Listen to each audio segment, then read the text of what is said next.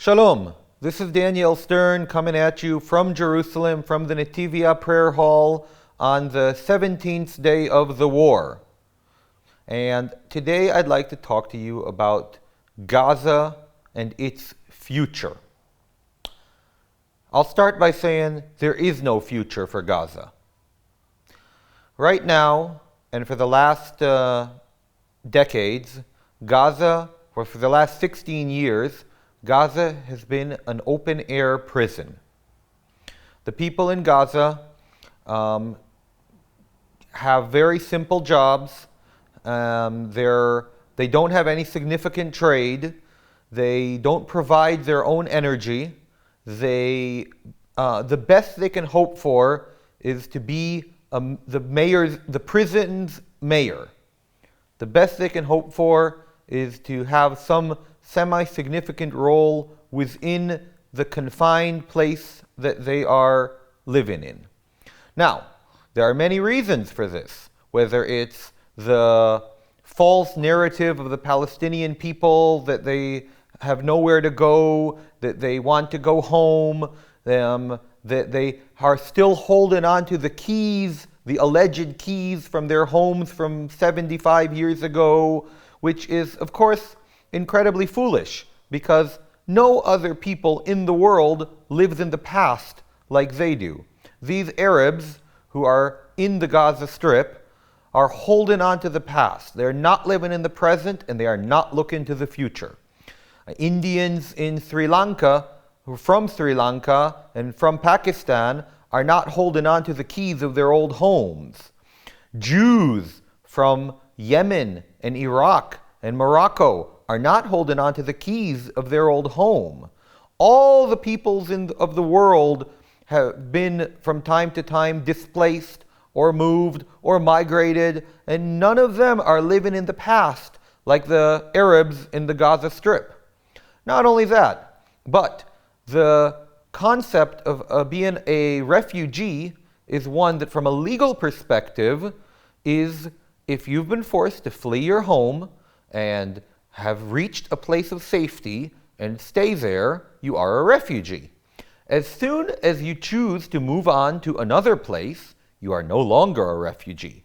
And that is true all over the world, except for the Arabs in the Gaza Strip and the Arabs all around the world that claim rights to the land of Israel. For some reason, no matter where they go and how their life progresses, they are eternal refugees. This is unique in all of the world. Not only that, but for another unknown reason, they are able to pass along their refugee status as inheritance to their children.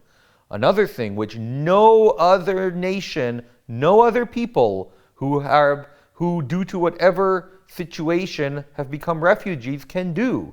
You cannot pass along your refugee status to your child born somewhere else. And somehow, for the Palestinians, aka the Arabs who live in Syria, Palestina, the Roman name given to Israel, to Judea, after the end of the Bar Kokhba revolution, but we'll talk about that in a different video, no other people can pass along refugee status as an inheritance.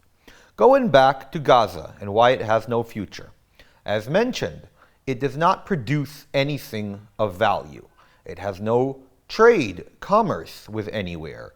It doesn't produce its own energy. It is an open-air prison.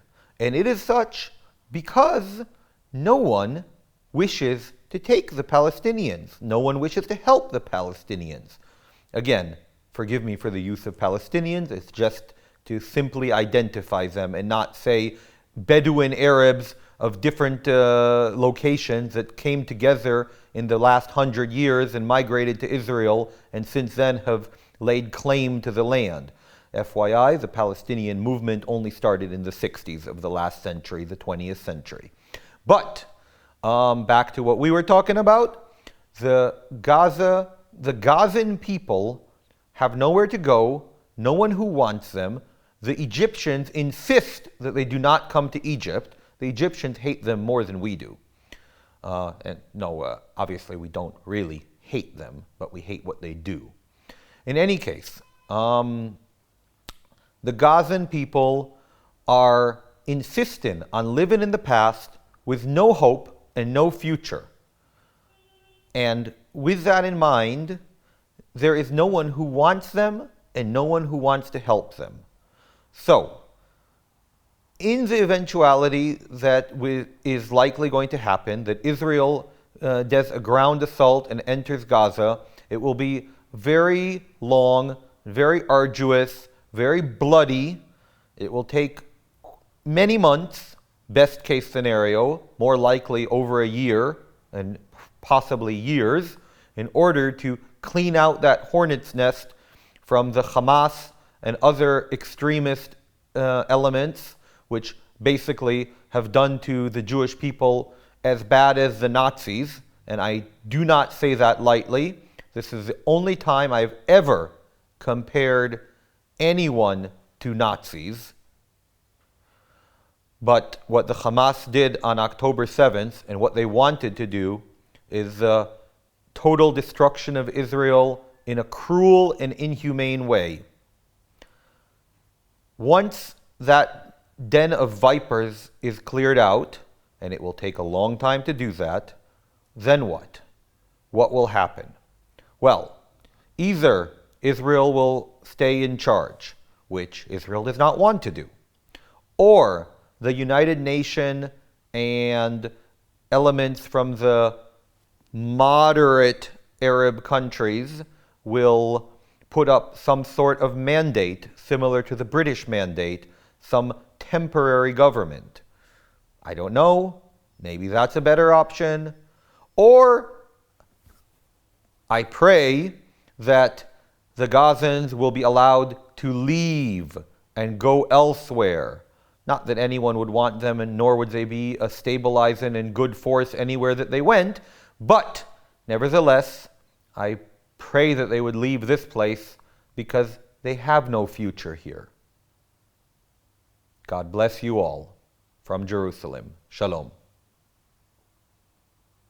Help our soldiers. Help our people. Help Israel.